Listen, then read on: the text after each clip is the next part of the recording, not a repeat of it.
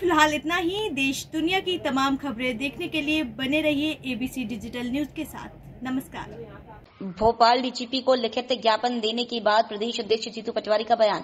मध्य प्रदेश की कानून व्यवस्था और प्रशासन की कोई भी व्यवस्था जो सर्विस बुक का पालन करना भूल गई है।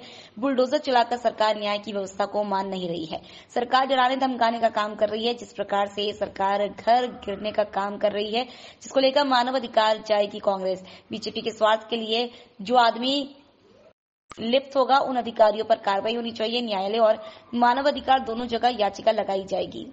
न्यायालय और मानव अधिकार दोनों जगह याचिका लगाएगी कांग्रेस। उसके स्वार्थों की पूर्ति के लिए अपना पूरी व्यवस्था बनाने में लग गए।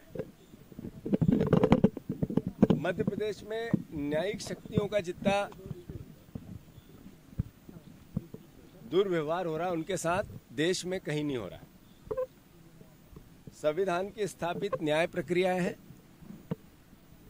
जिसको नजरअंदाज करके बुलडोजर प्रवृत्ति मध्य प्रदेश में जो आई है, ये मैसेज क्या है? ये मैसेज है कि अदालतों के कानून के संविधान के परंपराओं को हम नहीं मानते। कोई भी अपराधी अपराध करता है, कानून उसके साथ जो नियम सम्मत कानून है उसके हिसाब से काम करता है, करना भी चाहिए।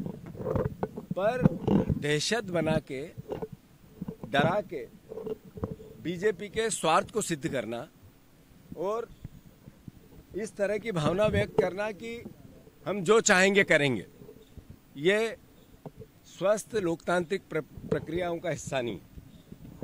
छतरपुर की घटना राजनीतिक घटना नहीं है, सामाजिक घटना भी नहीं, ये संवैधानिक घटना है। वो चाहे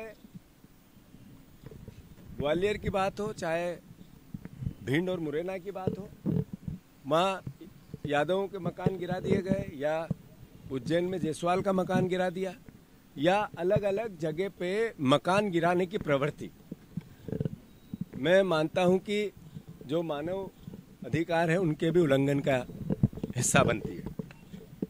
कांग्रेस पार्टी ने निर्णय लिया है कि मध्य प्रदेश में जितनी घटनाएं ऐसी हुई है जिसमें न्याय की प्रक्रिया को दरकिनार किया गया है, मैं मानता हूं उसका कांग्रेस एक विपक्षी जिम्मेवार दल है, उसका दायित्व है कि वो इसके लिए न्याय, चाहे मानव अधिकार आयोग की बात हो, चाहे चीफ जस्टिस ऑफ इंडिया को अपील करके संविधान की रक्षा को, अदालतों के अधिकारों की रक्षा की बात हो।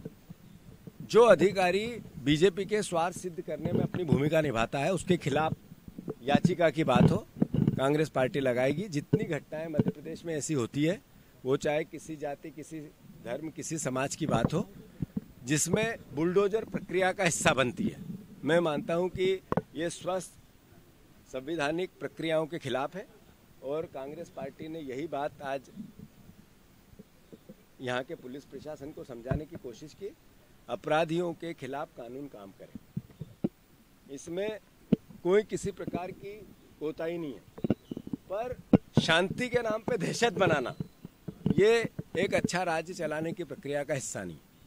दूसरा, जो अधिकारी इन प्रक्रियाओं में लिप्त होगा शासन और बीजेपी के स्वार्थ सिद्धि के लिए, नेचुरल है, स्वाभाविक है कि उन अधिकारियों को भी सजा मिलनी चाहिए। हम उनके खिलाफ सुप्रीम कोर्ट में याचिका लगाएंगे और मानव अधिकार आयोग भी जाएंगे। मैं मानता हूं कि सर्विस रूल के नियमों का पालन कर्मचारी करें, इस भावना का हमने उनसे निवेदन किया है। थाने पे जो टीआई होता है, अब उसको एसपी के आदेश की जरूरत नहीं, उसको वहाँ के विधायक के आदेश की आवश्यकता है। थाने पे जो जिले में एसपी बैठा है, उसको वहाँ के मंत्री के आदेश की आवश्यकता है, बीजेपी के नेताओं के आदेश की, उसको डीजीपी के आदेश की आवश्यकता नहीं।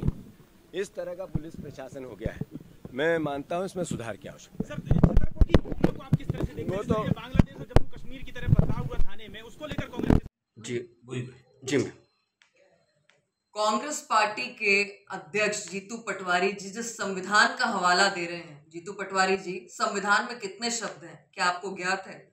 संविधान की पुस्तक में कितने पन्ने हैं क्या आप जानते हैं? और जिस संविधान का आप हवाला दे रहे हैं, आपका एक नेता गुंडाई करता है, थाने परिसर पर पथराव करता है, टीआई पर पथराव करता है, कांस्टेबल्स पर पथराव करता है और आप उसके पक्ष में खड़े हैं। ये तुष्टीकरण की नीति के लिए आप और आपकी पार्टी कितना गिरेगी?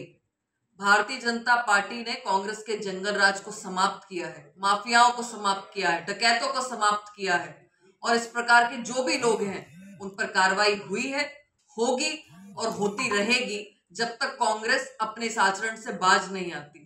खुद इनके नेता ए.के. एंटनी ने कहा था कि ध्रुवीकरण की नीति के कारण कांग्रेस पार्टी धरातल से गायब हो रही है और यही कांग्रेस का सच है। एबीसी न्यूज के लिए इरफान खान की रिपोर्ट। खबरों में फिलहाल इतना ही। देश दुनिया की तमाम खबरें देखने के लिए बने रहिए एबीसी डिजिटल न्यूज के साथ। नमस्कार।